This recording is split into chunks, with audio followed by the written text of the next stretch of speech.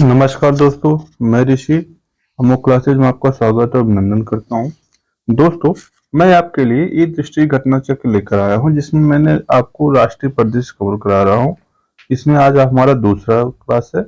इसके पहले मैंने एक क्लास कवर कर रखा है, जिसमें मैंने डिजिटल कृषि मिशन के पहले यानी विधि आयोग तक, भारत का भी जो 23वां विधि आयोग है, इसको मैंने लास्ट टाइम मैंने देखा था। आज हम उसी का आगे देखते हैं। दोस्तों, आप सभी को पता है जो कि आपके एग्जाम में, चाहे आप पीसीएस दे रहे हो, चाहे आरओ दे रहे हो या बीपीएससी दे रहे हो, उसमें करंट अफेयर आपके लिए एक रामबाण सिद्ध हो सकता है। रामबाण सिद्ध होने का मतलब ये है, लगभग आपको 30 क्वेश्चन डायरेक्टली पीसीएस में और लगभग 20 से 22 क्वेश्चन आपको आरओ में और लगभग यही रेशियो आपको बीपीएससी में देखने मिल सकता है। यानी आप ये सोच कर सकते हैं कि लगभग 200 पेज की बुक्स 200 पेज की बुक्स को अगर आपने अच्छे से कवर कर लिया तो आपको कट ऑफ को आसानी से क्लियर कर सकते हैं। समस्या यहाँ दोस्तों ये आती है, पढ़ते सभी हैं, पढ़ाते सभी हैं, लेकिन जो आयोग का दृष्टिकोण है, जो आयोग का एंगल है प्रश्न पूछने का, उस नजरिए से हम नहीं पढ़ पाते। अगर शायद उस नजरिए से पढ़ें तो हमें लगता है आपको इतनी समस्याएं ना हो कि आप उसमें आपको कोई दिक्कत हो इसमें। इसलिए हम आपको यहाँ ये लेकर आए हैं कि आखिर आयोग के नजरिए से क्या सही होगा और कैसे पढ़ा जाए, ताकि हम आने वाले प्रश्नों को अच्छे से कवर कर सके और हमें एग्जाम हम लोग कोई एंजाइटी ना हो कि हमें ये प्रश्न मेरे ऊपर जा रहा है या मुझे समझ नहीं आ रहा है, ऐसी किसी समस्या का दिक्कत ना हो। हमारा उद्देश्य ये है कि आप जो पढ़े हैं सो पढ़े हैं, हम इस आपको तैयारी को और बारीक ले जाए और इस चीज को आपको लंकाए। ठीक दोस्तों, हमारे आज की पहली न्यूज है डिजिटल कृषि मिशन। इसमें क्या है, हाल ही में, आपको पहले नीचे आते फिर ऊपर आते हैं, हाल ही में 2 सितंबर, ध्यान दीजिएगा, 2 सितंबर 2024 को डिजिटल डिजिटल कृषि मिशन की, केंद्र सरकार द्वारा डिजिटल कृषि मिशन की मंजूरी प्रदान की। अच्छा, क्या है इसमें? इसमें यही है दोस्तों, इस मिशन में हेड कुल जो व्यय किया गया है 2817 करोड़ रुपए है, जिसमें केंद्र का हिस्सा जो है 1940 करोड़ रुपए है। इस मिशन में क्या करना है? इस मिशन में डिजिटल सार्वजनिक अवसंरचना के रूप में आधारित। इसका मतलब ये है, हमें ये काम करना है कि जो अवसंरचना निर्मित की जाती है डिजिटल वाली, उसको व्यापक रूप से बढ़ाना और इसे कृषि क्षेत्र में किसानों को तक उनको लाभ पहुंचाना। किस प्रकार से लाभ पहुंचाना है, ध्यान दीजिएगा। इस मिशन के तहत किसानों को जीवन को बेहतर बनाने के लिए प्रौद्योगिकी का उपयोग किया जाएगा। यानी ये ध्यान दिया जाएगा, किसान जो अभी तक खास करके टेक्नोलॉजी से अछूते रहे हैं या डिजिटल मिशन से अछूते रहे हैं, उनको भी इस क्षेत्र में व्यापक रूप से लाना। ठीक है, अगर देखिए डिजिटल कृषि मिशन का उद्देश्य, यहाँ देखिएगा, डिजिटल कृषि मिशन का उद्देश्य एक ही मंच पर समेकित डाटा का निर्माण करना। इसका मतलब ये किसान संबंधित जो भी आवश्यकता डेटा है उसको एक स्थान पर लाना, ताकि कहीं किसी भी आवश्यकता हो तो उसको यूज किया जा सके। ठीक दोस्तों, अगर देखिएगा, इस डेटाबेस का कोई अलग प्लेटफॉर्म की आवश्यकता नहीं है। इससे कई डाटा और अलग अलग प्लेटफॉर्मों के रख रखाव की आवश्यकता नहीं रहेगी। इसका मतलब जैसे जैसे हमारे यूरिया के अलग है, किसान के अलग है, कोऑपरेटिव के अलग है, यानी किसान सम्मान निधि के अलग है, जैसे हर डेटा को प्रोवाइड किए जाते हैं, वैसे कहा जा रहा है कि आखिर ऐसा हमें नहीं करना है, ताकि मैं सीरियस कर दूं, हमें ऐसे नहीं करना है ताकि क्या हो, इस चीज को आपको कोई समस्या हो, किसानों को कोई समस्या हो, उनको एक ही स्थान पर पूरी चीजें मिल जाएं। ठीक दोस्तों, यही इसका उद्देश्य है। आगे चलते हैं।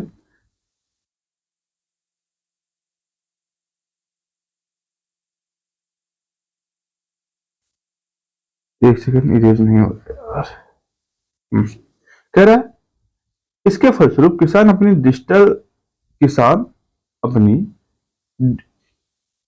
अरे भाई, डिजिटल पहचान सुनिश्चित करने और उसे प्रमाणित करने के लिए सक्षम हो जाएंगे। इसका मतलब यह है, किसान का जो डेटा तैयार किया जाएगा, उस डेटा के आधार पर उनको कहीं भी किसी चीज की आवश्यकता नहीं पड़ेगी।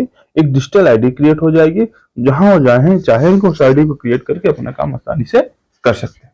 ठीक है, ठीक है, नीचे लाइन देखिए, किसान किसान बिना किसी जटिल कागजी कार्रवाई के लाभों के सेवाओं को प्राप्त कर सकेंगे। यानी इस हेडिंग से आपको क्लियर होगा, अगर डिजिटल है, डिजिटल मतलब क्या, सभी चीजें ऑनलाइन होंगी, सभी चीजें डिजिटल रूप में होती, इससे स्वाभाविक है किसान को अन्य जो कागजी कार्रवाई की आवश्यकता नहीं पड़ेगी, उसमें आसानी से अपनी चीजों को मिल जाएगा। अब कह रहा है इसमें कुछ अम्ब्रेला, इसके कुछ मूलभूत स्तंभ, क्या क्या मूलभूत स्तंभ है, ध्यान दीजिएगा।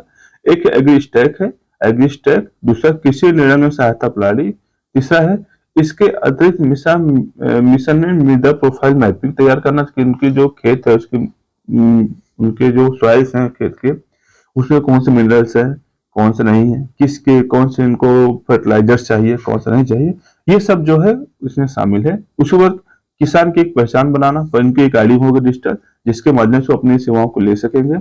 अगला क्या है, इसके माध्यम से किसान कुशलता, आसानी और तेजी से सेवाओं योजनाओं की आपूर्ति सुनिश्चित। इसका मतलब अगर उनकी आईडी बन जाएगी, जैसे हम सभी लोग जाते हैं किसान सम्मान निधि मिलती है किसानों को, उसमें क्या है, सबके अपना अपना रजिस्ट्रेशन, अपनी अपनी आईडी है, जिसकी वजह से क्या है, वो अपने उनके खातों में डीबीटी के माध्यम से योजनाएं मिल जाती हैं।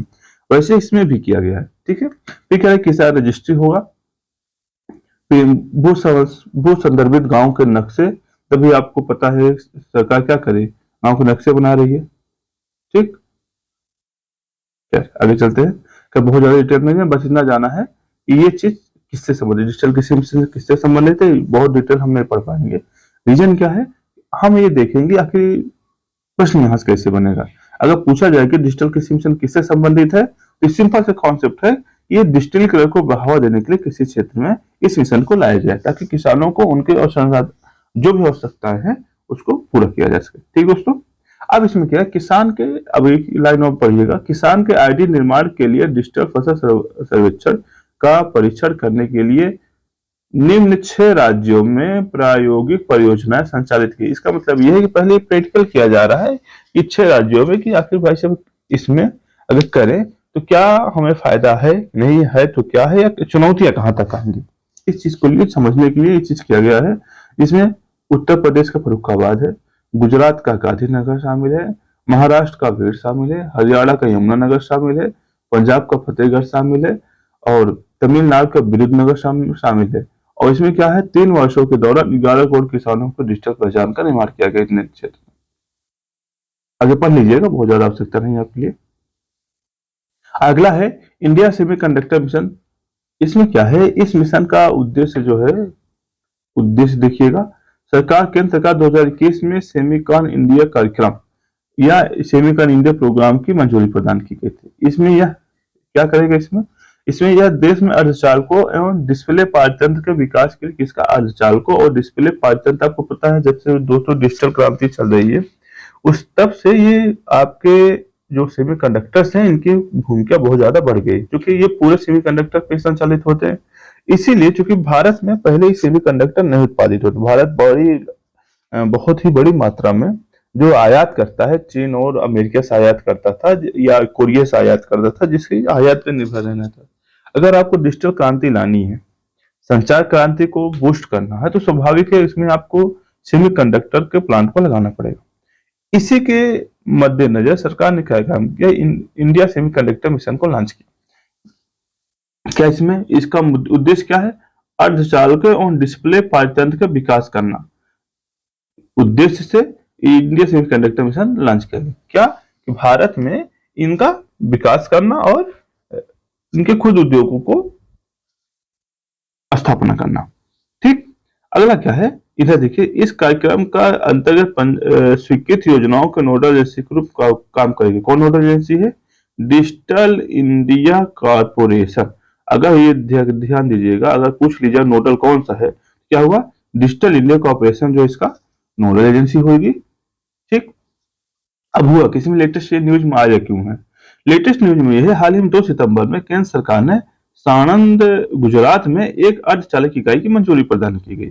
इसका मतलब क्या, हाल ही में एक नई सेमीकंडक्टर इकाई की स्थापना की गई। अच्छा, ये जो इकाई स्थापित की, किसके द्वारा स्थापित की जा रही, एक कायंस सेमीकॉन प्राइवेट लिमिटेड कंपनी है, उसके द्वारा स्थापित की जा रही है। बस इतना ध्यान दीजिए, कौन सी कंपनी कहाँ स्थापित की जा रही है, उसका स्थापन करना कौन है और इसकी क्षमता कितनी, इसकी क्षमता कितनी है, 60 लाख चिप्स प्रतिदिन। ठीक है। अगला क्या है, अगला क्या है, जून, इसके पहले ध्यान दीजिए 2023 में स्थापित किया सारण गुजरात में ही। पिछली बार पीसीएस क्वेश्चन पूछा गया था कि हाल ही में कहाँ में एक नई अर्धचालक फैक्ट्री स्थापित की गई है, उसका ये ज्यादातर क्वेश्चन ऐसे पूछे जा सकते हैं क्योंकि ये इकाइयों की संख्या 5 हो गई है। हो सकता है आपसे सुमेलित करने के लिए पूछ सकता है कौन सा कहाँ पे है और क्या नाम है, किस कंपनी के द्वारा स्थापित किया जा रहा है। तो ये जो है जून में जो स्थापित किया गया था, ये कौन था, माइक्रोन टेक्नोलॉजी इंक के द्वारा मंजूरी प्रदान की गई थी। ठीक दोस्तों, आप कह रहे हैं 29 फरवरी 2024 को 3 अर्धचालकों इकाइयों की स्थापना की मंजूरी प्रदान की गई थी। कौन कौन सा, एक था धोलेरा गुजरात में, दूसरा है आपका असम का, असम में कौन से, टाटा इलेक्ट्रॉनिक लिमिटेड द्वारा मोरीगांव में, और तीसरा फिर आपका सारण गुजरात में। ये आपका अर्धचालक इकाई की स्थापना की जा रही है। जो ये किसके द्वारा स्थापित किया जा रहा है, रेनेसास इलेक्ट्रॉनिक ऑपरेशन जो जापान की कंपनी है उसके द्वारा स्थापित किया जा रहा है। और ये वाला आपका सारण गुजरात वाला, ये वाला जो क्या है, रेनेसास इलेक्ट्रॉनिक द्वारा, असम का टाटा इलेक्ट्रॉनिक द्वारा, और जो धोलेरा गुजरात का भी स्थापित किया गया फरवरी में, ये किसके द्वारा, ताइवान की साझेदारी से स्थापित किया जा रहा है। इतना चीज ध्यान दीजिएगा बस। अगर इसका हम शॉर्टकट नोट्स देखे जो मैंने तैयार किया है, जरा लिखिएगा। जैसे मैंने क्या इंडिया सेमिकॉन मिशन मैंने लिखा, अब इसमें मैंने ये लिख दिया कि आखिर लागत कितनी है, 76 करोड़ रुपए, ध्यान दीजिएगा। अब इसके अंतर्गत 5 सेमिकॉन इंडस्ट्री की स्थापना की है। पहला क्या है, गुजरात ताइवान के, धोलेरा गुजरात ताइवान की मदद से किया जा रहा है। कौन स्थापित किया जाए, पावर शिप सेमिकॉन कंडक्टर। ठीक, अगला कौन है, ये ध्यान दीजिए, पहला एआई समर्थित सेमिकॉन है, सेमीकंडक्टर 5 है। दूसरा असम का मेरीगांव टाटा इलेक्ट्रॉनिक लिमिटेड द्वारा किया जा रहा है। तीसरा सारण गुजरात में रेनेसास थाईलैंड की कंपनी, इसके द्वारा स्थापित किया जा रहा है। चौथा जो है सारण गुजरात जून 2023 में स्थापित किया गया, सबसे पहले सबसे यही स्थापित किया गया है। उसके बाद क्या है, सारण गुजरात में भी जो लेटेस्ट स्थापित किया जा रहा है इसका है। यही आपका करंट अफेयर का मैंने शॉर्टकट नोट्स तैयार किया। ये आपको पीडीएफ अगर आपको चाहिए, आपको हमारा टेलीग्राम चैनल आपको ज्वाइन करना पड़ेगा। वहां पे मैंने इसके सारी पीडीएफ को हार्ड कॉपी और मतलब कि हैंड रिटेन और पीडीएफ दोनों मैंने डाल रखा है। अगर आप चाहिए तो वहां से जाके ज्वाइन करके आप ले सकते हैं आसानी से। अगला क्या है, सर्वोच्च न्यायालय का ध्वज एवं प्रतीक चिन्ह। इसमें ध्यान दीजिएगा, सर्वोच्च न्यायालय ने अभी हाल ही में अपना ध्वज और प्रतीक चिन्ह जारी किया है। ठीक, आइए देखते हैं क्या इसमें। सर्वोच्च न्यायालय का ध्वज एवं प्रतीक चिन्ह, ध्यान देने वाली बात है आपको कि अनुच्छेद 124 के तहत क्या है, सर्वोच्च न्यायालय की स्थापना की बात की गई कि क्या कहा गया, भारत में एक सर्वोच्च न्यायालय होगा। कच्छ में अनुच्छेद 124 में वो कहा गया है कि जब आपका संविधान लागू हुआ था, जब संविधान लागू हुआ था उसी समय ही 26 जनवरी को आपका संविधान लागू हुआ। उसी समय ही 28 जनवरी 1950 को ही क्या हुआ, आपके सर्वोच्च न्यायालय की स्थापना हुई। क्या हुई, स्थापना हुई। उस स्थापना के समय जो भारत के पहले स्वतंत्र भारत पहले सीजीआई थे, कौन थे दोस्तों, हरिलाल जेकानिया। ये स्टैटिक चीज है, ध्यान दीजिएगा, ये स्टैटिक चीज है, आपके लिए महत्वपूर्ण इसलिए हो जाता है क्योंकि यहाँ से प्रश्न बनने की संभावना बहुत ज्यादा होती है। तो अनुच्छेद बहुत ज्यादा क्लियर है और ये स्थापना दिन को लेकर कई बार पीसीएस में प्रश्न पूछे जा चुके हैं, आखिर की सुप्रीम कोर्ट की स्थापना कब की गई। हाल ही में ध्यान दीजिए कि इस बार 28 जनवरी की उसका सर्वोच्च न्यायालय अपने स्थापना दिवस का क्या क्या हीरक जयंती यानी डायमंड जुबली ईयर मना रहा था। इसका मतलब क्या है, ये लगभग 75 वर्ष पूरे हो गए। ठीक,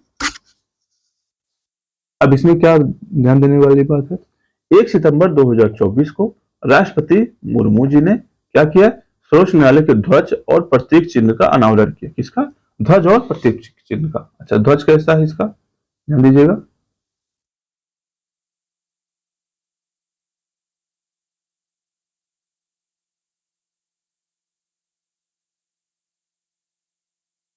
ध्वज कैसा है, ध्वज आपका नीले रंग का है। और अगर रंग पूछा जा सकता है, आपको प्रश्न सोच रहे होंगे सर क्या ये दिमाग में कि क्या आपको क्या जरूरत है इतना रंग फंग जान याद करने की, इसका क्या तरीका है। आपको याद होगा इस बार जब पीसीएस का पेपर हुआ था आरओ का, G20 से पूछा था प्रश्न क्या कि इसमें 7 पंखुड़ियां हैं, सात पंखुड़ियां सात महाद्वीपों को प्रदर्शित करती हैं, यानी जो लोगो भारत सरकार ने जारी किया था उस पे पूछा गया था, उसमें वसुधैव कुटुंबकम का थीम जो था उसको भी पूछा गया था। इसलिए ये आपके लिए इंपॉर्टेंट बन जाता है कि जो जारी किया गया है तो स्वाभाविक है पूछने की संभावना बन जाती है। ठीक है। तीसरा, संविधान के खुले हुए पन्नों सर्वोच्च न्यायालय के गोलाकार भवन को उभरते हुए प्रदर्शित किया गया, यानी जो गोलाकार गुंबद देखते होंगे कभी कभी आप सुप्रीम कोर्ट के, उसको प्रदर्शित किया गया है और संविधान के पन्नों के ऊपर इसे रखा गया है। ठीक है। ध्वज में न्यायालय भवन को सुनहरे, जो मतलब सुप्रीम कोर्ट है उसको गोल्डन कलर से दिखाया गया। किस कलर से दिखाया गया? गोल्डन कलर से दिखाया गया है। ध्वज कैसा है? नीले कलर का है। ठीक।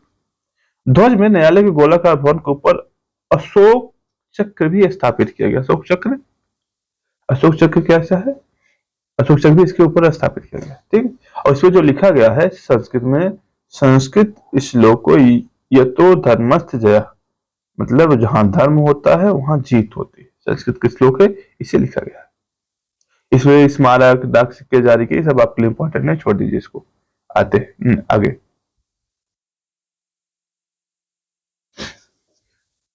मारवन पत्तनन का शिलान्यास। दोस्तों आपको पता है भारत में 12 महान पत्तनन मेजर पोर्ट थे। पत्तनन को हम मेजर पोर्ट, यानी जो पोर्ट होता है, बंदरगाह होता है, उसके बाद जो बड़े वाले उसकी बात कर रहे हैं।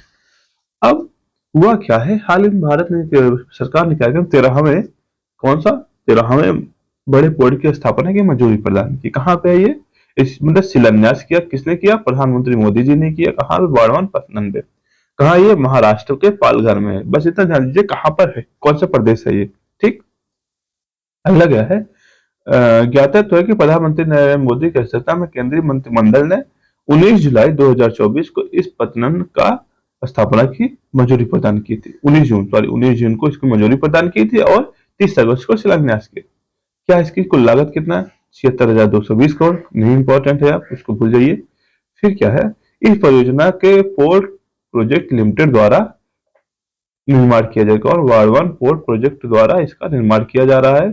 फिर VPLL JNPA Jawaharlal Nehru port और महाराष्ट्र मैरीटाइम बोर्ड द्वारा गठित विशेष परियोजना वाहन की इसकी हिस्सेदारी होगी, यानी जवाहरलाल नेहरू पोर्ट और ये सब मिलकर इसमें हिस्सेदारी के द्वारा इसको निर्मित कर रहे हैं। यह ग्रीनफील्ड ग्रीनफील्ड डीप ड्राफ्ट महापत्तनम greenfield deep draft major port होगा, यानी ग्रीनफील्ड मतलब ये है इसका नए रूप से निर्माण किया जाएगा, पहले से कोई पत्तनम नहीं जिसको विकसित किया जाए। ठीक। अगला क्या है, यह बड़े गहरे जल वाले पत्तनम होगा, याद रखिएगा। ठीक। इस सबसे बड़े गहरे जल वाले पोर्ट होगा ये। और अगर इसको जब बन जाएगा, ध्यान दीजिए, विश्व के शीर्ष 10 बंदरगाहों में इसका नाम, या पत्तनम में या पोर्ट में इसका नाम होगा। ठीक है।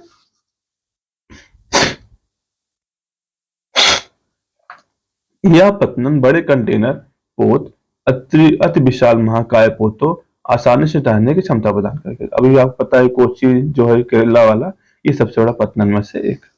अब कुछ जो 12 मेजर पोर्ट है दोस्तों, उसको नाम देख लेते हैं एक बार। कभी कभी सुमेलित करने के लिए पूछा जा सकता है या कभी कभी इनकी विशेषताएं पूछी जा सकती है। ये आपकी स्टैटिक के लिए इंपॉर्टेंट है। स्टैटिक के लिए इसकी विशेषता देख लेना, कौन सा ज्यादा गहरा है, कौन सा प्राकृतिक है, कौन सा कृत्रिम है, ये चीज ध्यान से देख लेना है। बाकी और प्लस इनके नाम कुछ परिवर्तित किए गए, जैसे कोलकाता वाले का श्यामा प्रसाद रख दिया गया है, पारादीप है, विशाखापट्टनम, कामराज चेन्नई,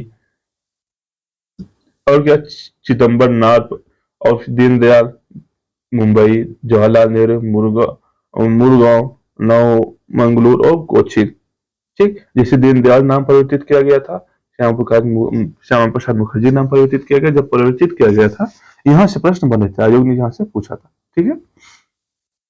अब इसी संबंधित एक न्यूज है, कंटेनर पोर्ट परफॉर्मेंस इंडेक्स 2023 के कब जारी किया गया? इसे 4 जून को जारी किया गया। कौन जारी करता है इसको? विश्व बैंक और yes and P global market द्वारा जारी किया गया। ये चौथा संस्करण था। इसमें इस सूचकांक में ये बताता है कि किसी पत्थर में व्यतीत किए गए समय का मापन, यानी एक जहाज जब जाती है किसी पोर्ट पे जाती है, उसको वहां पे उतारने और चढ़ाने में कितना समय लगा, इसी का आधार पर उसका मापन किया जाता है। ठीक।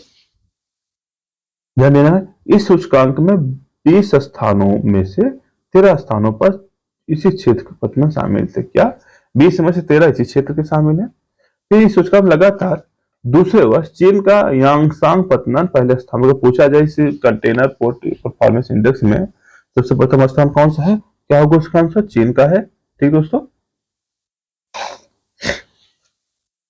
विश्व में पहली बार शीर्ष 100 पतन सूची में भारत के 9 पतन शामिल है। अगर पूछा जाए, अगर ऑप्शन बना दिया जाए, इसका पहला ऑप्शन क्या बना देगा, पहला ऑप्शन बना देगा इसको जारी करता कहेगा वर्ल्ड बैंक है, अच्छा दूसरा कह देगा भारत का कोई भी पतन नहीं, ऐसे ऑप्शन बना सकता है, या फिर डाल देगा कितने पतन है। इसमें आपको दो प्रकार से पूछे जा सकते हैं प्रश्न, दोनों के लिए आपको तैयार होना चाहिए इसमें। ठीक, ध्यान देना है, जो मैंने अंडरलाइन किया ये आपके लिए महत्वपूर्ण हो जाता है। ठीक दोस्तों, आगे चलते हैं। अब इसमें ध्यान देना है कि अगर जो 100 पतन सूची जारी की गई उसमें भारत के कौन सा है, विशाखापट्टनम 19वें स्थान पे है, मुद्रा गुजरात का 27वें स्थान पे है, पीपा गांव पतनन 41वें स्थान पे है, कामराज पतनन 47वें स्थान पे है, और कोचीन पतनन तीसरे। ये इतना ज्यादा इंपॉर्टेंट है, शुरुआत है विशाखापट्टनम जो आंध्र प्रदेश वाला पूछेगा, एक तो इसकी रैंकिंग पूछी जा सकती है किस कौन सा स्थान पे है, फिर ये पूछा जा सकता है ये कौन सा है। ठीक, इसके लिए तैयार रहिएगा।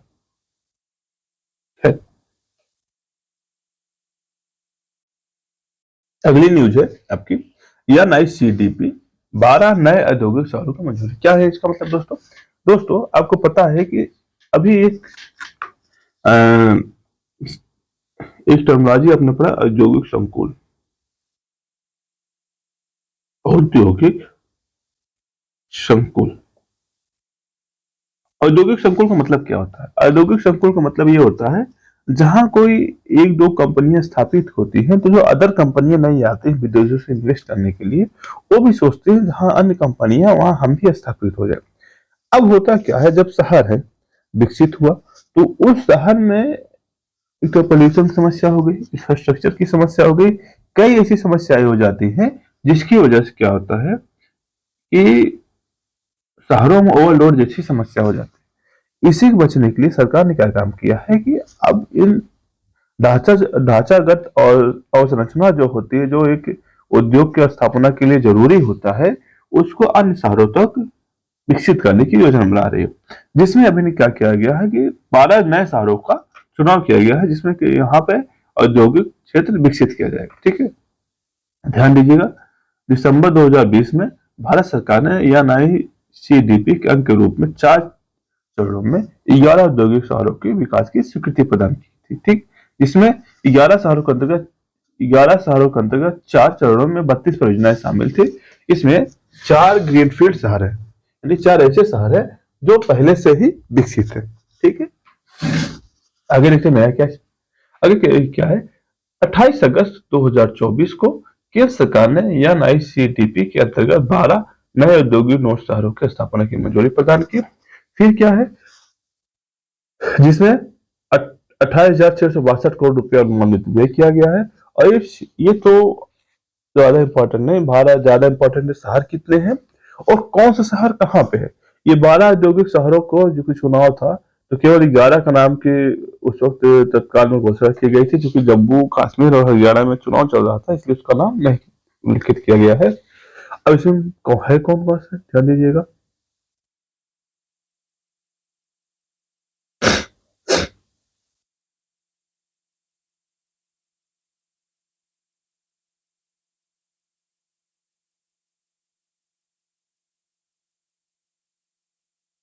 है कौन कौन सा, एक पहला है आपका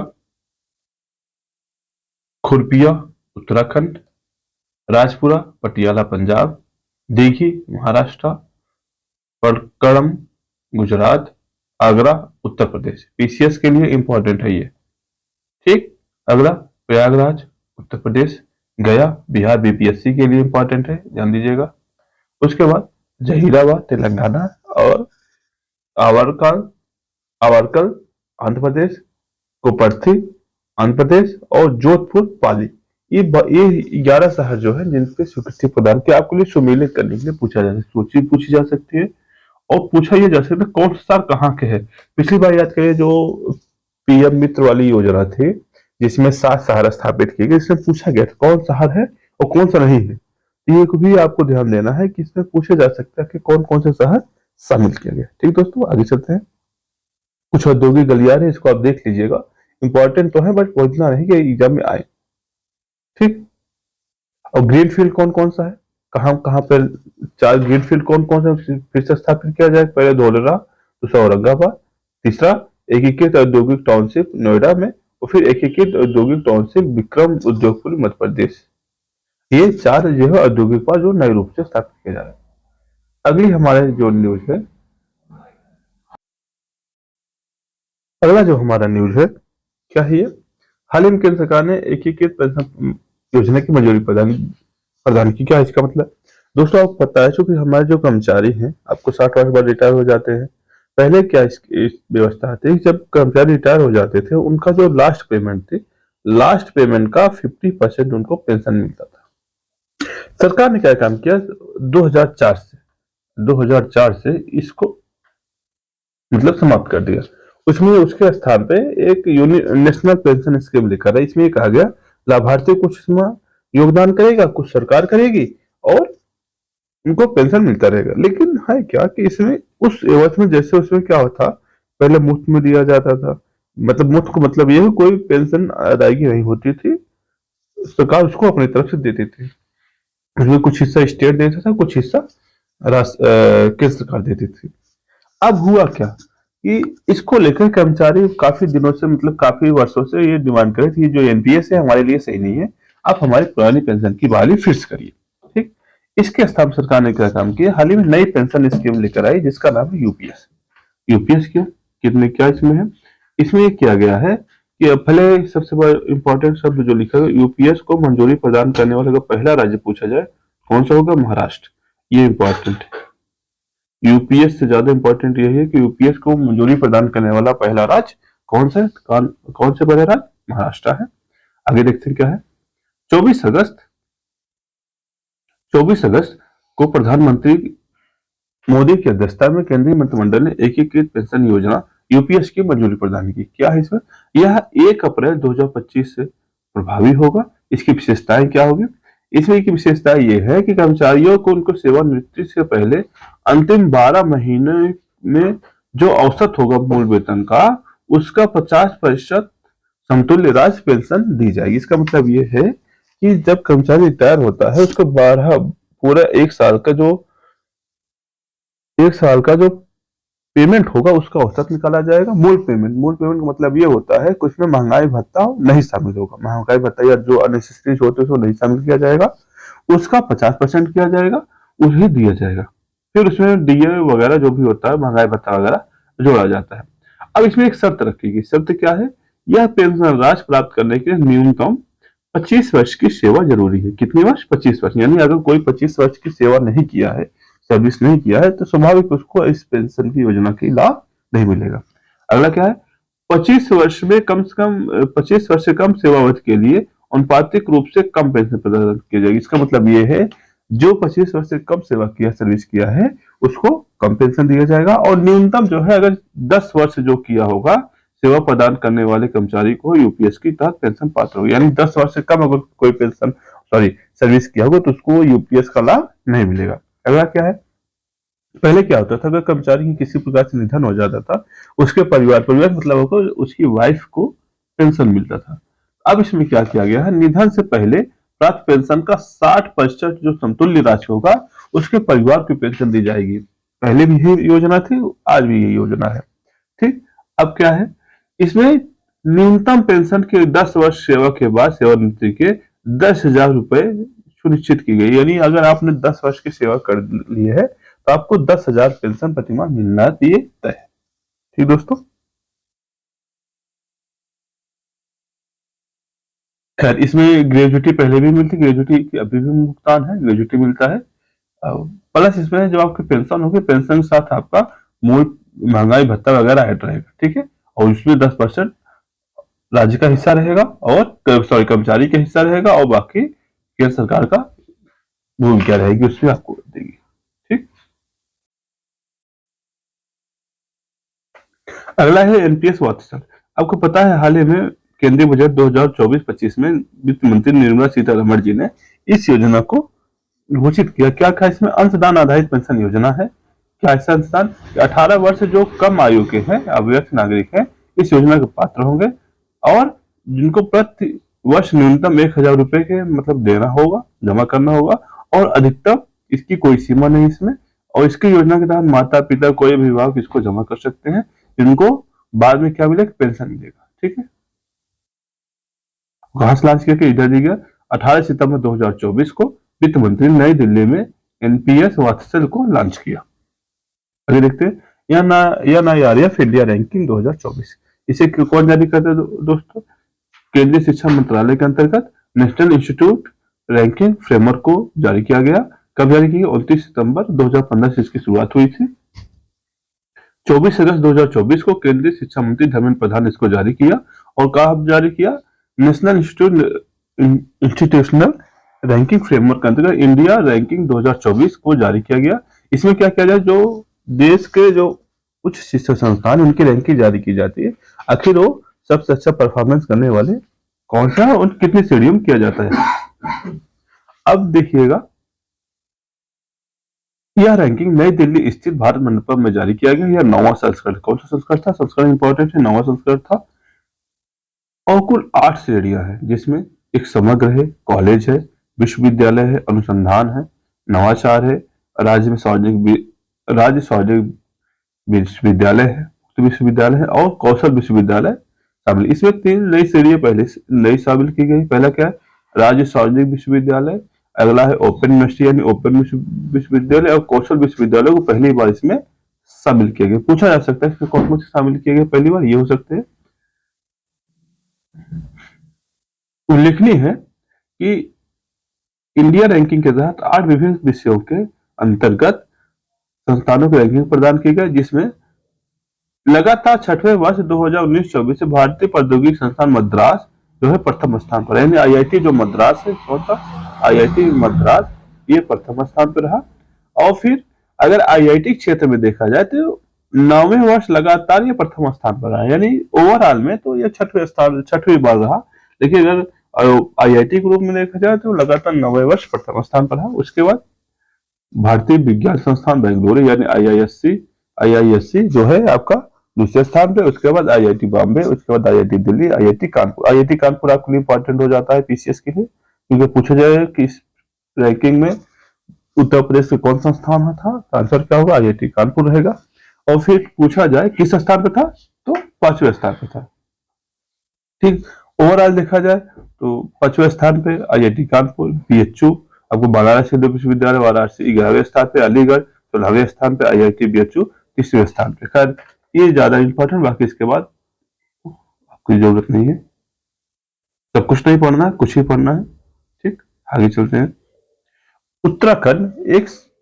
उत्तराखंड सकल पर्यावरण उत्पाद सूचकांक, इसका मतलब क्या, नीचे से पढ़ते हैं, पहली आइए ध्यान दीजिएगा।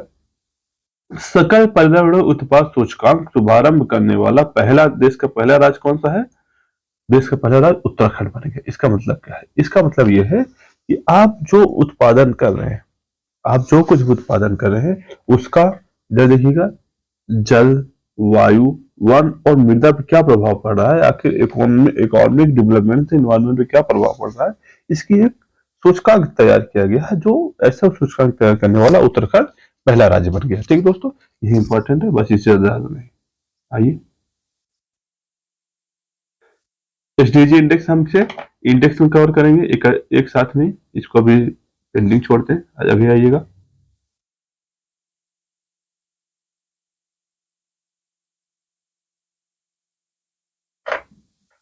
संविधान हत्या दिवस, अब पता है कि हाल ही में सरकार ने क्या काम किया है कि इधर आए नीचे, पहले तो ऊपर आते हैं, कि मोदी की अध्यक्षता में सरकार ने किया 25 जून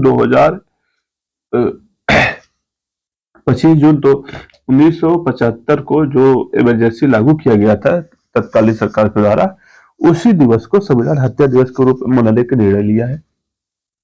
ठीक है, अब इसको ध्यान देना है कि आखिर ये कब जारी किया गया, 25 जून 1975 को लागू हुआ था। ठीक, तत्कालीन सरकार द्वारा सत्ता का घोर दुरुपयोग किया गया था, मतलब कि उसमें ऐसी कोई स्थिति नहीं बनी थी जिसके आधार पे आपातकाल घोषित किया जा सके। लेकिन सरकार की मनमानी रवैया ने या सत्ता के दुरुपयोग ने इसको लागू कराया, जिसके ध्यान में रखते हुए सरकार ने इसे संविधान हत्या दिवस के रूप में मनाने की शुरुआत की है। ठीक दोस्तों, हम स्टैटिक देख ले। स्टैटिक हमें यह देखना है आखिर आपातकाल का प्रावधान संविधान में कहाँ है, तो कहाँ है, भाग 18 में है।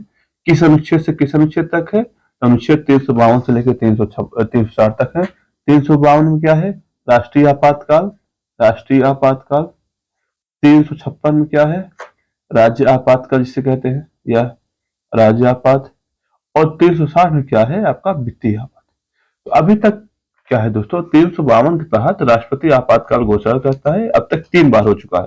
एक पहला कब था, 26 अक्टूबर 1962 से लेकर 10 जनवरी 1968 तक भारत चीन युद्ध के समय था। अब दूसरी बार क्या था, भारत पाकिस्तान युद्ध जब हो रहा था 30 दिसंबर 1971 से हुआ था। और ये जब चल ही रहा था, एक फिर से नया आपातकाल के घोषित कर दिया गया, जो 25 जून 1975 को किया गया था। और ये अंततः मार्च 1973 को समाप्त हुआ। आप इसमें स्टैटिक पे प्रश्न पूछा जा सकता है, कब तक भारत में कितनी बार लागू हुए और कब कब लागू हुए। दूसरा आपसे यह प्रश्न पूछा जा सकता है, आखिर लागू तो हुआ, कितनी बार हुआ, किस अनुच्छेद से संबंधित है, भाग से किससे संबंधित है, इसका संविधान में जो संसद का प्रावधान है, संसद की क्या शक्ति है, इसमें कितने दिन में अनुमोदन होना चाहिए। जैसे राष्ट्रीय आपातकाल में क्या है, 30 दिन में अनुमोदन होना चाहिए। 356 के तहत 60 दिन में अनुमोदन होना चाहिए। और 360 के तहत ये भी 60 दिन का अनुमोदन होना चाहिए। जैसे वित्तीय आपातकाल आज तक एक बार भी नहीं लागू हुआ। राज्यों में या लागू होता क्या, इसके राज्यपाल के अधिकार पे डिपेंड करता है। और ये 3 बार लागू हुआ। ठीक है दोस्तों, आज के लिए बस इतना ही। दोस्तों अगर हमारे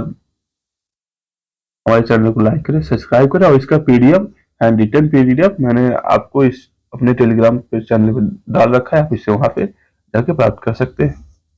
कि मैंने हैंड रिटन वही चीज लिखा है शॉर्ट कोड में, आपके पढ़ने की आवश्यकता नहीं पड़ेगी। देखिएगा, जैसे 12 औद्योगिक शहरों पे मैंने लिखा है पूरा, कौन कौन से कहाँ कहाँ पे, कौन से परिचय, प्रयागराज यूपी, गया बिहार, खुरपिया यूके, राजपुरा पटियाला, दीघी महाराष्ट्र। ठीक, ये सब है आपके। ठीक, उसके बाद जो 4 ग्रीन फील्ड वाले हैं, ये सिर्फ औरंगाबाद, एक नोएडा वाला, फिर धोलेरा, फिर एकीकृत पेंशन योजना क्या है, एक कब मंजूरी प्रदान की गई है। ठीक, इसमें क्या क्या प्रावधान, मैंने शॉर्टकट में इसको लिख रखा है। ठीक, वो एमपीएस वात्सर भी समझाया आपको, ये भी शॉर्टकट मैंने लिख रखा है। एनआईआरएफ रैंकिंग, धर्मेंद्र प्रधान कहाँ से, भारत मंडपम, नई दिल्ली, प्रथम संस्करण 2016 में, यह 9वां संस्करण था, आपको लिख रखा है। कितने श्रेणियां हैं, कौन कौन शामिल है, पहली बार देखिएगा। राज्य औद्योगिक विश्वविद्यालय, मुक्त विश्वविद्यालय और कौशल विश्वविद्यालय पहली बार शामिल किए गए हैं। आईटी मद्रास, ये सब आपको दिखाया गया है। पर्यावरण सूचकांक उत्पाद जारी करने वाला उत्तराखंड पहला राज्य, किसके कौन कौन से घटक है, जल, वायु, वन और मृदा।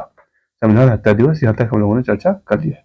इसके बाद दोस्तों आगे, इसके बाद देखिए संविधान हैदराबाद मुक्ति दिवस 17 सितंबर को मनाया जाता है। उसमें क्या है, आपको ऑपरेशन पोलो चलाया गया था, इसी ध्यान दीजिएगा। ठीक दोस्तों, हमारे चैनल को लाइक करें, सब्सक्राइब करें। धन्यवाद।